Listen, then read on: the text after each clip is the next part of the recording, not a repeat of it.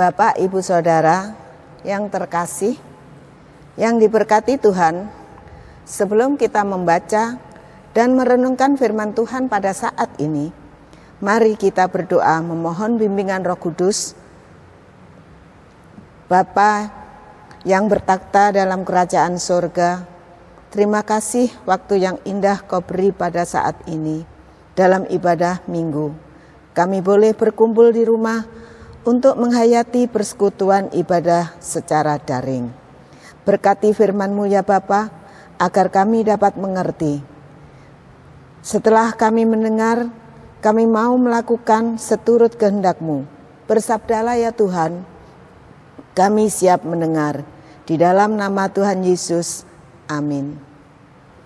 Jemaat, marilah kita bangkit berdiri, bersiap untuk mendengar firman Tuhan yang dibacakan dari Alkitab. Haleluya.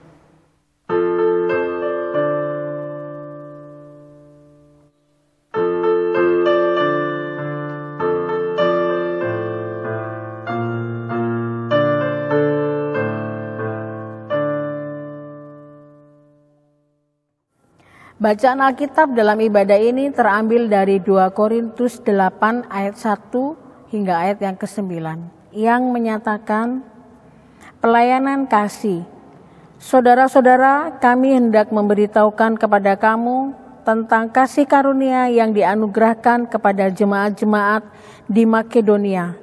Selagi dicobai dengan berat dalam pelbagai penderitaan, sukacita mereka meluap, dan meskipun mereka sangat miskin, namun mereka kaya dalam kemurahan. Aku bersaksi bahwa mereka telah memberi menurut kemampuan mereka, bahkan melampaui kemampuan mereka. Dengan kerelaan sendiri mereka meminta dan mendesak kepada kami supaya mereka juga beroleh kasih karunia untuk mengambil bagian dalam pelayanan kepada orang-orang kudus. Mereka memberikan lebih banyak daripada yang kami harapkan. Mereka memberikan diri mereka pertama-tama kepada Allah, kemudian oleh karena kehendak Allah juga kepada kami.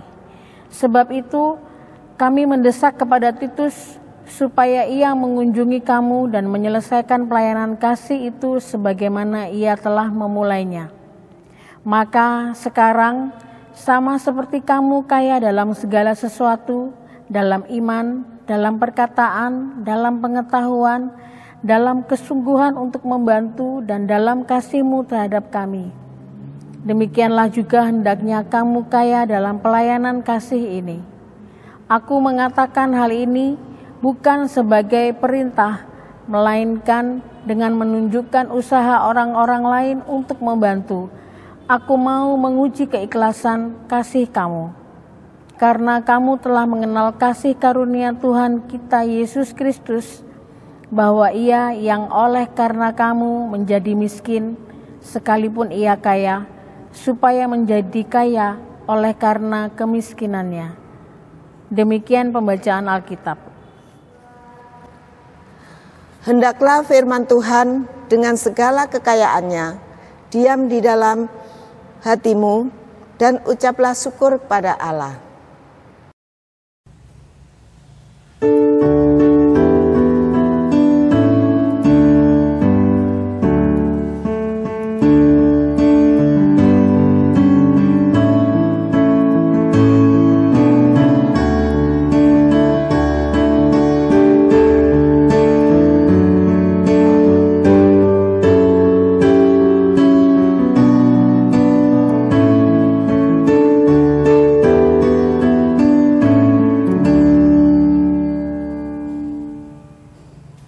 Bapak, Ibu, Saudara, dalam kehidupan sehari-hari kita pasti ada yang kaya dan kurang kaya.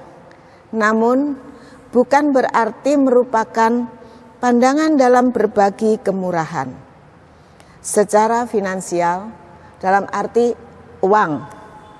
Dalam hal memberi persembahan, kitab suci telah menunjukkan bahwa mereka yang berkekurangan harta secara seorang, contohnya pada seorang janda miskin yang memberi persembahan lebih dari yang dia punya, memberi persembahan lebih dari si kaya. Namun Bapak Ibu Saudara, tidak semua yang memberi sedikit bermakna banyak. Begitu sebaliknya, semua bergantung pada kita, yaitu kerelaan dalam memberi. Kekurangan bukan melemahkan daya beri. Kemampuan memberi pada pelayanan, terkadang kita membesar-besarkan, atau dalam istilah yang keren sekarang dikatakan dengan lebay, bahasa anak muda zaman sekarang. Bahwa ketika memiliki banyak uang, akan berdaya dalam memberi. Memang kadang benar, tapi bukan tidak semuanya kita beri itu sebagai pembaca dengan belajar dari cara hidup para jemaat di Makedonia. Yang dipuji Paulus karena memiliki semangat dalam pengumpulan dana, penunjang pelayanan yang terdapat pada Korintus 8 ayat 1. Mereka adalah contoh dalam memberi penguatan kepada jemaat-jemaat lain dalam hal bagaimana menyatakan dukungan pelayanan melalui harta milik. Jemaat Makedonia yang konon kaya akan kayu-kayu dan logam berharga, itu adalah negara jajahan Romawi. Ironis sekali saudara, Bapak Ibu, namun kekayaan yang dikuasainya, yang dipunyainya itu dikuasai oleh pemerintah, sehingga orang-orang Kristen Makedonia tidak dapat menikmati kekayaan mereka. Dalam bacaan Alkitab 2 Korintus itu menyebutkan kemurahan hati jemaat Makedonia memberi gambaran yang berlawanan. Ironis sekali karena dikatakan tidak mampu tapi bisa memberikan lebih dari orang-orang yang kaya.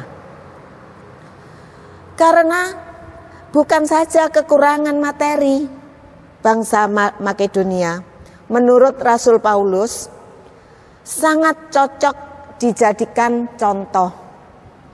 Karena terdapat gambaran pengajaran tentang pelayanan finansial atau material dalam hal keuangan jemaat.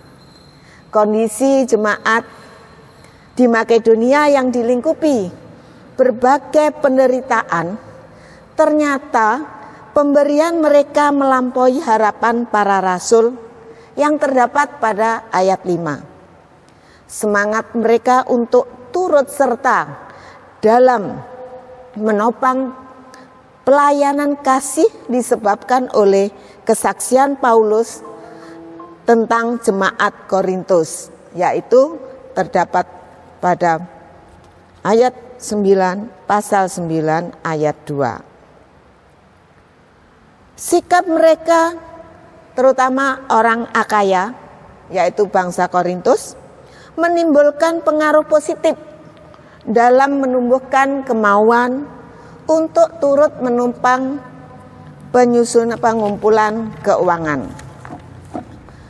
Disebutkan juga bahwa para rasul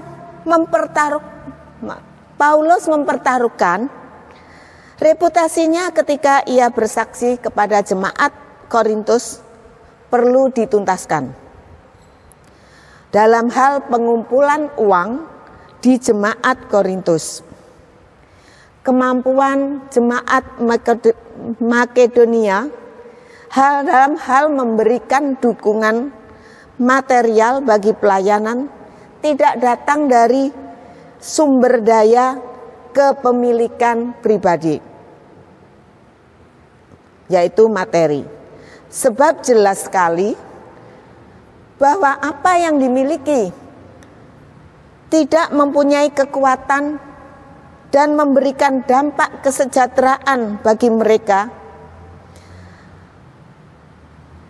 Apa yang dapat dijadikan dasar agar kita dapat menerima kesaksian Paulus tersebut?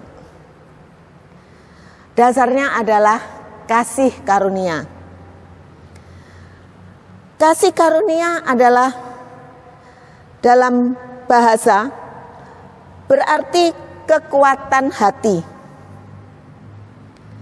Kata-kata itu tidak pernah kita jadikan kekuatan bagi manusia. Kasih karunia tidak pernah datang dari benda-benda atau nilai yang dijadikan ukuran oleh manusia.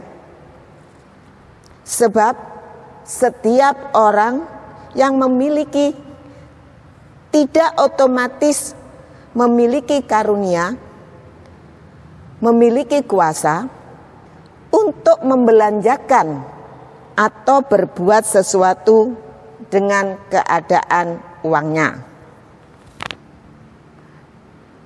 Semuanya oleh anugerahnya,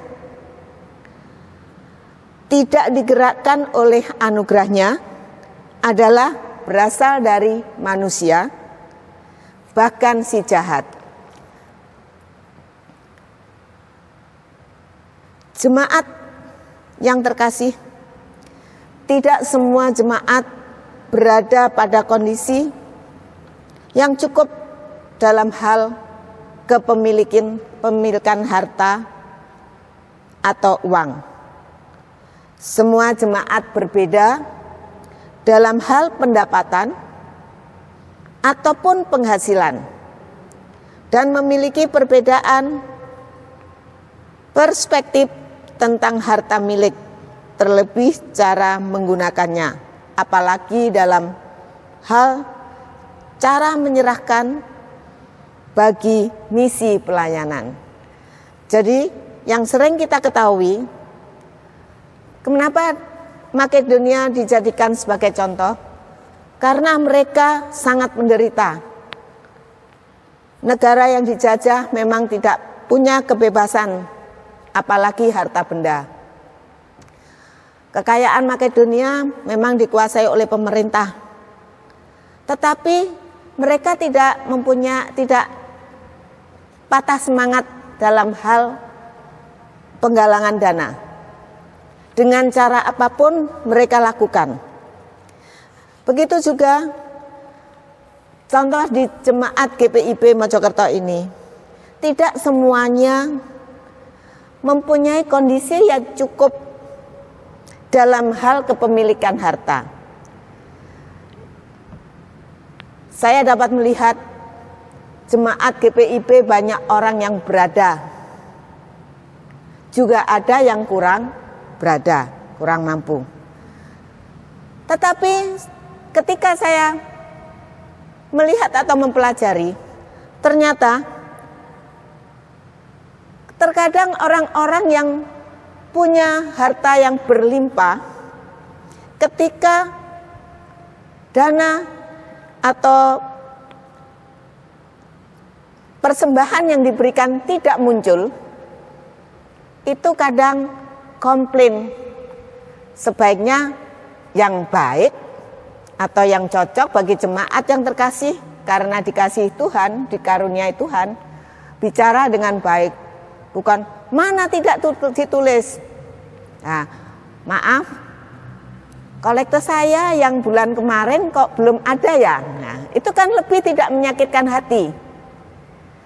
Ingat Bapak Ibu Saudara, petugas di sini juga manusia. Mereka juga punya hati. Bagaimana seandainya hati mereka terusik? Kita jadi nggak enak. Pelayanan atau jemaat di antara satu dengan yang lain jadi tidak sehat. Dalam arti ada istilah kelompok-kelompok. Kalau sudah terjadi kelompok-kelompok, maka gereja ini akan lama-kelamaan akan surut. Nah, Paulus tidak menghendaki seperti itu. Dalam hal keuangan, digunakan sebagai alat membelanjakan harga diri. Yang dimaksud dengan harga diri itu adalah terkadang kita merasa bahwa uang kita banyak, saya kaya, dengan cara apapun, kalau ada uang segalanya akan beres. Tidak juga Bapak Ibu Saudara, karena apa? Kalau tidak disertai dengan karunia Tuhan, maka sebesar apapun kekayaan yang kita punya, itu tidak akan menjadi berkat bagi kita. Mungkin saja pengen jadi pejabat, saya punya sekian ratus juta. Kalau Tuhan tidak menghendaki dan uang terlanjur keluar, apakah Bapak Ibu Saudara mendapatkan keinginan itu? Ini ada jawabannya pada Bapak Ibu dan Saudara. Melayani kepentingan kebutuhan hidup, maka akan muncul ego. Yang dengan kata lain, istilah kerennya lifestyle. Orang lain kekayaan dipakai untuk mengubah kehidupan dirinya maupun sesamanya. Ya, sudah saya katakan, sudah saya berikan contoh, seberapa banyak uang dan harta kekayaan Bapak Ibu Saudara, kalau belum ada karunia dari Tuhan, pasti tidak akan bisa kita lakukan. Prinsipnya, setiap orang mempunyai pemahaman berdasarkan pengertiannya masing-masing. Berbeda pendapatan akan berbeda kebutuhan atau pendapatnya. Kalau di orang yang mungkin materinya kurang beruntung, mereka akan mengatakan, saya akan memberikan sekian, pasti Tuhan akan mengembalikan berlipat ganda. Mungkin kalau yang bermateri banyak, itu nanti kalau saya kasih sekian, jangan-jangan nanti tidak dipakai apa-apa. Nah, jangan-jangan nanti, jangan-jangan itu akan muncul di benak kita masing-masing. Wajar Bapak Ibu Saudara, karena mungkin harta kekayaan itu didapati dengan susah payah mungkin. Tapi tidak boleh lupa bahwa di balik semua itu ada kuasa Tuhan. Apa artinya? Jika yang diberikan tersebut sama sekali bukan digerakkan oleh kemampuan yang diciptakan oleh dirinya. Jadi tidak ada artinya kalau kita memberikan tidak dengan kerelaan, ya. Melainkan digerakkan oleh kemampuan yang diciptakan oleh dirinya sendiri, tetapi bukan oleh kekuatan Allah. Ingat Bapak Ibu Saudara, Tuhan tidak pernah absen dalam menyebabkan seorang kepanggil untuk memiliki kerinduan berbagi harta. Ia selalu membuat hati tergerak untuk ambil bagian dalam pelayanan finansial yang terdapat pada Romawi 8 ayat 28. Jadi salah satu kenyataan yang perlu kita hayati oleh jemaat bahwa betapapun harta itu telah dilegalkan menjadi milik kita, namun keberadaan kita serta-merta dapat dinikmati jika tidak dikaruniakan. Jadi tidak dapat dinikmati jika tidak dikaruniakan kepada kita. Misalnya saja saudara, uang yang ada dalam dompet kita, wah uang ini nanti akan saya pakai shopping. Biasanya ibu-ibu sering shopping. Kalau bapak-bapak, uang ini nanti akan saya jadi taruh dompet, saya nanti akan makan-makan bersama teman-teman.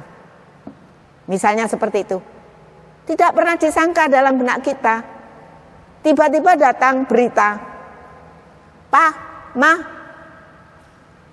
si ini masuk rumah sakit."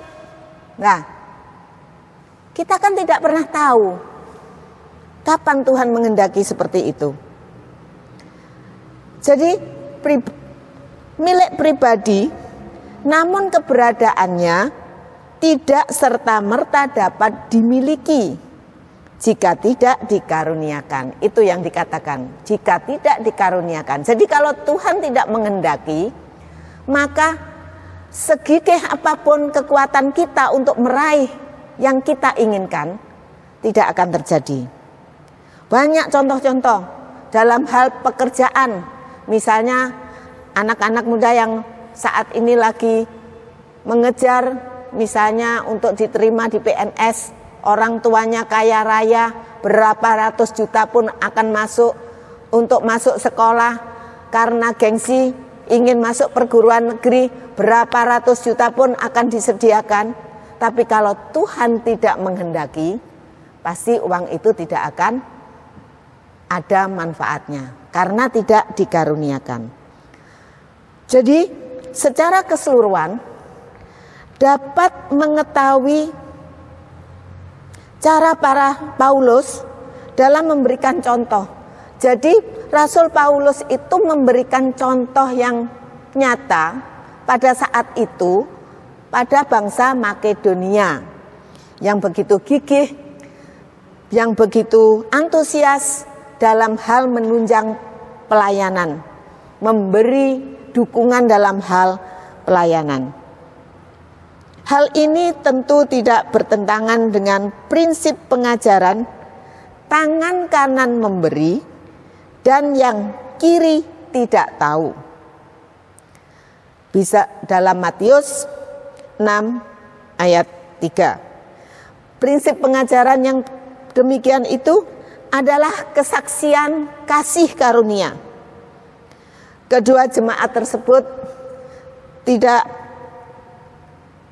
berdiri sendiri-sendiri, tapi dengan adanya kesaksian Rasul Paulus tentang bangsa Makedonia, maka rakyat Korintus atau masyarakat Korintus berkeinginan untuk menegakkan kepala, untuk ingin bergabung dan sadar akan hal itu. Jadi prinsip pengajaran kesaksian tersebut, yang pertama adalah telah saya katakan tadi, tangan kanan memberi, tangan kiri tidak tahu. Yang kedua, jemaat tersebut tidak dilandasi oleh keinginan untuk menegakkan kepala, membusungkan dada, dalam arti yang lebih dikenal adalah mempunyai kesombongan. Dasar pemberian contoh keduanya tadi adalah role model. Maksudnya, di mana kekurangan, penderitaan, dan hal lain bukan merupakan penyebab seorang atau jemaat tidak dapat memberi ataupun berbagi beban dalam pelayanan. Jadi kita tidak boleh sekali-sekali mengatakan aku tidak punya kok, aku bisaku memberikan sekian, aku kalau memberi lebih nanti makan apa. Berarti mungkin dalam hal itu mungkin saya sendiri mungkin ketika tidak mempunyai sama sekali, pasti mungkin akan berpendapat seperti itu. Kita lupa bahwa semua itu adalah karunia Tuhan. Jadi, menurut kitab ini, kita dianjurkan harus berbagi dengan rela penderitaan, kekurangan, bahkan penyebab yang lain. Jangan dijadikan alasan untuk tidak dapat memberi pelayanan, memberi dalam hal pelayanan. Semuanya itu tergantung pada apakah pribadi atau jemaat tersebut dikaruniakan kemampuan batin atau kemampuan hati. Jadi kalau jemaat itu punya kemampuan hati, paling tidak akan sadar bahwa segala sesuatu itu pasti disertai dengan karunia. Nah, karunia itu bermacam-macam, terutama dalam hal pemberian dukungan pelayanan. Jadi kasih karunia itu kita harus percaya diberi Allah. Itu merupakan dasar atau alasan yang perlu diperiksa, yang perlu kita pikirkan, sebab tanpa adanya kasih karunia, semua pemberian akan sia-sia, atau semua pengumpulan dana tidak akan menuntaskan tujuan. Dan pengumpulan dana pelayanan, setiap pemberian yang tidak didasarkan atas karunia-Nya akan menambah masalah dalam penyelenggaraan pelayanan di jemaat. Apa tandanya Bapak Ibu Saudara? Bahwa pemberian itu tidak disertai karunia? Tandanya yaitu jemaat berubah menjadi bersifat tidak percaya. Nah, ini jemaat Bapak Ibu Saudara, kalau sudah muncul kata tidak percaya, yang ada hanyalah detektif keuangan. Kenapa dikatakan detektif? Detektif itu kan sukanya menyelinap-menyelinap, menyamar, mencari berita. Nah, dalam hal ini detektif keuangan menyelinap-menyelinap mencari berita keuangan. Berapa banyak? Misalnya saya percaya jemaat di GPIB Mojokerto itu tidak ada yang seperti itu ya. Jadi berapa keuangannya, jumlahnya berapa? Kenapa ditanyakan? Di warta sudah ditulis, apa kurang jelas? Nah, misalnya, Bu, saya tidak bisa membaca. Di warta kan juga dibacakan. Jadi itulah yang dinamakan detektif keuangan. Jadi menyelinap, sibuk membaca laporan keuangan pada saat mendengarkan firman Tuhan. Sering terjadi ini mungkin ya. Mudah-mudahan jemaat GPIB Mojokerto orangnya baik-baik. Kalau ada firman antusias sekali mendengarkan ya. Jadi setelah pulang ada yang dibawa oleh-oleh bagi yang lainnya. Umat menjadi tidak bersatu. Nah, ini saudara, Bapak Ibu. Jadi kalau sudah ada tidak percaya, akhirnya umat atau jemaat tidak bersatu. Nah, jemaat ini lama-lama sedikit demi sedikit. Nah, karena apa?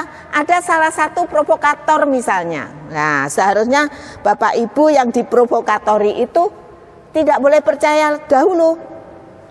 Dilihat dulu faktanya, dibaca dulu.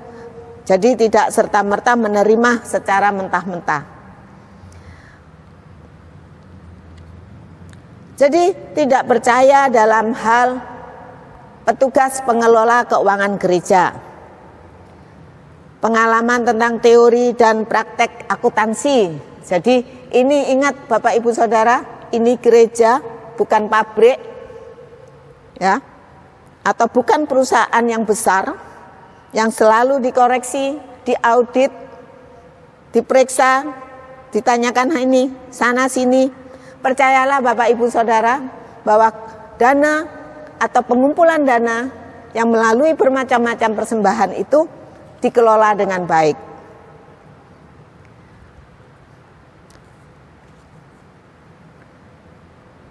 Sebab gereja bukan sebatas lembaga. Jadi tadi saya katakan gereja itu bukan kantor, gereja itu bukan pabrik yang gede-gede yang perlu diaudit, bukan. Jadi gereja ini sebatas lembaga tapi manusia. Jadi kalau kita bayangkan aja dikembalikan pada diri kita sendiri, seandainya yang jadi petugas Bapak Ibu Saudara yang saat ini bukan bertugas berada dalam kantor misalnya keuangan gereja, bagaimana seandainya Bapak tidak melakukan hal itu atau Bapak Ibu Saudara tidak melakukan hal itu, terus ada kata-kata seperti itu. Nah, jadi semuanya itu kalau tidak disertai kasih karunia, maka tidak akan sia-sia, pasti akan sia-sia. Jadi, karena pemberian uang kepada pelayanan gereja, jadi saya ulang, pemberian keuangan kepada pelayanan gereja yang tidak didasarkan kasih karunia-Nya ditandai dengan ketidakpercayaan kepada pihak pengelola, maka akan muncul komentar-komentar sesuka hati. Jadi seenak hatinya, seenak ucapan bibirnya, ya, yang membuat orang telinga jadi panas. Akhirnya kalau imannya tidak kuat, orang yang mendengar akan jadi marah, akan jadi dendam. Lah itu jangan sampai terjadi, karena kita ini dikasihi Tuhan, Bapak Ibu Saudara. Jadi Tuhan mengajarkan kasih. Apa gunanya kasih kalau seperti itu? Nah, menyebabkan pencemaran. Nah, omong sana, omong sini. Lidah itu panjang dan berbahaya. Betul Bapak Ibu Saudara? Kalau lidahnya sudah menjulur kemana-mana, wah, berita hoak istilahnya, tidak benar, belum tentu kebenarannya disiarkan, maka itu akan menyebabkan apa? Pencemaran nama baik. Nah, mau Bapak Ibu Saudara, jika nama Bapak Ibu Saudara menjadi baik, menjadi tidak baik namanya, tentu semua tidak mau. Karena Tuhan selalu mengajarkan pada kita tentang kebaikan. Jemaat yang dikaruniai kasih kekuatan, kasih karunia, dapat dikenal dari respon, yaitu misalnya ada pengumuman, ada HUT, nah misalnya nanti ada amplop yang dinamakan dengan karunia kekuatan kasih karunia, yang dinamakan kekuatan kasih karunia, itu dapat dikenali atau dapat dilihat dari respon sukacita. Jadi memberi dengan senyum, tidak memberi tapi dalam hati sebentar-sebentar uang, sebentar-sebentar uang, tapi larinya kan untuk gereja juga, gitu, ya. Jadi sukacita, mereka percaya, jadi mereka percaya. Kalau kita percaya, serahkan aja pada Tuhan. Pasti saya percaya dengan pengelola. Seandainya pengelola tidak jujur, kan resiko ditanggung siapa? Bukan Bapak Ibu Saudara kan? Siapa yang menanggung? Pengelola itu kan. Misalnya terjadi ketidakjujuran. Jadi kalau kita dikaruniai kasih karunia, maka kita itu memberinya sukacita, kemudian percaya Allah turut mengelola pemberian Bapak Ibu Saudara semua, termasuk saya. Nah, mereka menyambut dengan baik semua hasil pembiayaan pelayanan. Jadi bukan untuk salah satu, misalnya yang tinggal di gereja, dalam gereja misalnya, bukan. Jadi dana-dana yang terkumpul itu untuk semuanya, untuk pelayanan kasih, misalnya untuk membayar ini, membayar lampu dan sebagainya. Kebetulan saat ini kan daring, online. Nah, mungkin ada yang berpendapat, wong tidak bergereja kok diberi amplop. Wah, itu. Apa Bapak Ibu Saudara tidak pernah berpikir, ini gereja, kalau tidak dapat dari dorongan atau dana pelayanan dari Bapak Ibu Saudara, dari mana keuangan?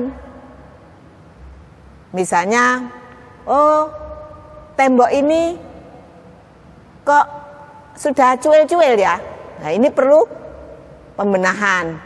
AC-nya kok tidak nyala ya. Nah, dari mana semua itu?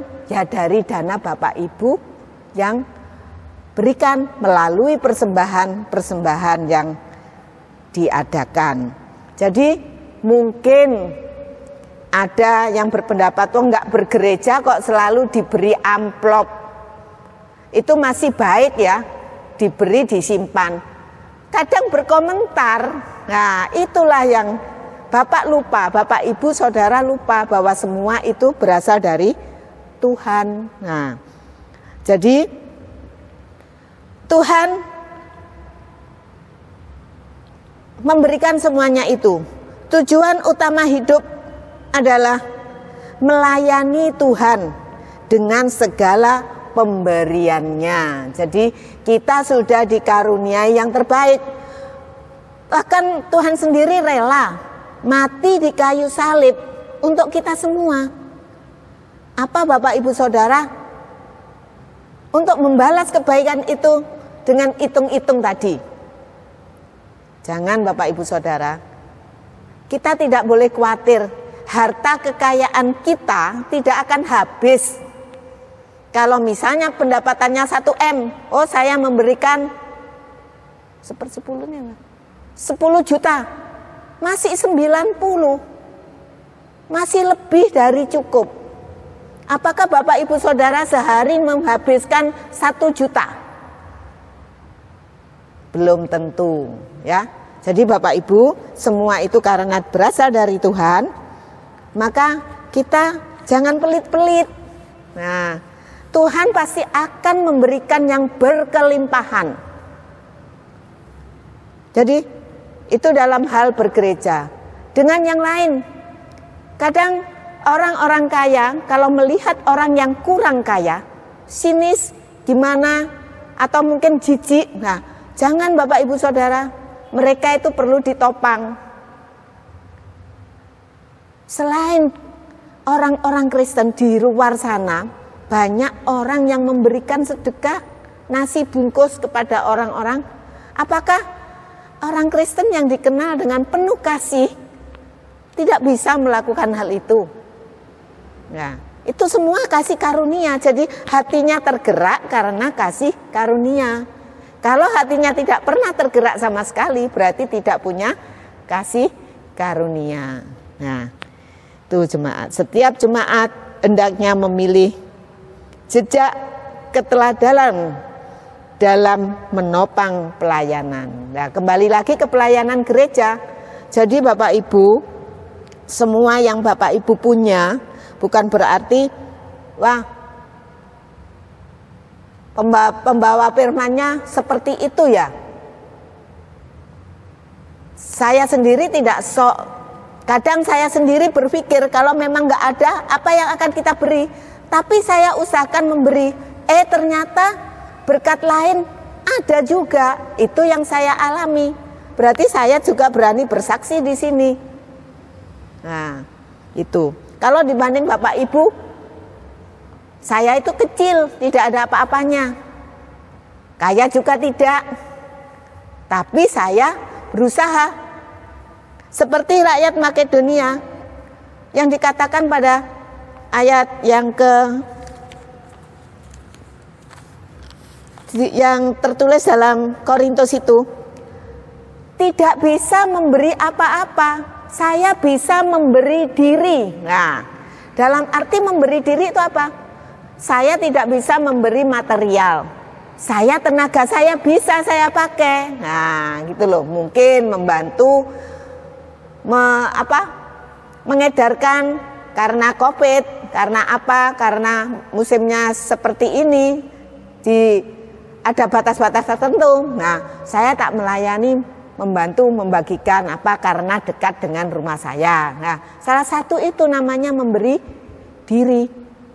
Atau mungkin pada saat pembangunan, karena saya tidak bisa memberi yang lebih dan tidak ada yang dapat saya berikan, maka saya akan membantu, mungkin nyapu, mungkin apa, bisa saja ya. Jadi itu yang dimaksudkan memberi diri. Jadi Bapak Ibu Saudara, setiap jemaat perlu mengevaluasi yang pertama, dari mana sumber kekuatan atau kemampuan memperoleh dan memanfaatkan harta milik. Jadi yang pertama, dari mana jemaat perlu atau mampu atau mempunyai kekuatan untuk memperoleh dan memanfaatkan harta milik. Yang kedua, untuk kepentingan apakah harta milik tersebut diberdayakan. Jadi dengan kata diberdayakan itu berarti harta kekayaan yang Bapak Ibu Saudara punya yang banyak sekali itu diberdayakan untuk apa ya? Bukan misalnya, wah ini untuk membangun sebelah rumah, wah ini untuk beli tanah, untuk supaya anak cucu kita besok. Nah, bukan itu. Karena kasih karunia, mungkin saya punya harta berlebih, saya akan berikan kepada pelayanan gereja, ya, bukan untuk diaken, bukan untuk penatua, dan bukan untuk kepala gereja. Jadi untuk kegiatan yang ada dalam gereja, itu yang dimaksudkan. Jadi yang diberdayakan. Semua pemberian yang didasarkan pada kasih karunia tidak akan mengeluarkan bunyi keluhan. Dalam arti bunyi keluhan itu apa? Ngedumel ya, ngomel. Baru diberi lagi. Nah, harusnya kalau Bapak Ibu Saudara tidak memberi ya jangan ngomel seperti itu. Sudah nggak memberi, ngomel. Lah itu jangan Bapak Ibu Saudara. Jadi tidak usah mengeluh. Orang mengeluh itu ya nanti bawaannya mengeluh terus akhirnya. Berapapun yang diberikan atau dikaruniakan Tuhan, tidak cukup. Saya tidak cukup, penghasilan saya sekian, suruh memberi lagi. Jangan, itu namanya mengeluh ya. Tidak boleh mengeluh. Sebaliknya, pujian bagi kemuliaannya. Ya. Jadi berikan dengan sukacita, dengan keikhlasan, dengan kerelaan hati. Karena apa? Kasih karunia yang didasarkan atas ajaran kasih karunia. Sebab segala yang datang kepada manusia semuanya karena kasih karunia-Nya. Bisa Bapak Ibu Saudara lakukan bersama-sama untuk menopang kegiatan gereja dengan memberi dana pelayanan ataupun apa saja yang Bapak Ibu punya. Saya yakin Bapak Ibu Saudara setelah mendengarkan firman Tuhan memahami, mengerti, dan mau melakukan sesuai dengan kehendaknya. Sebab kasih karunia adalah datang kepada manusia dan semuanya karena kasih karunia-Nya. Amin.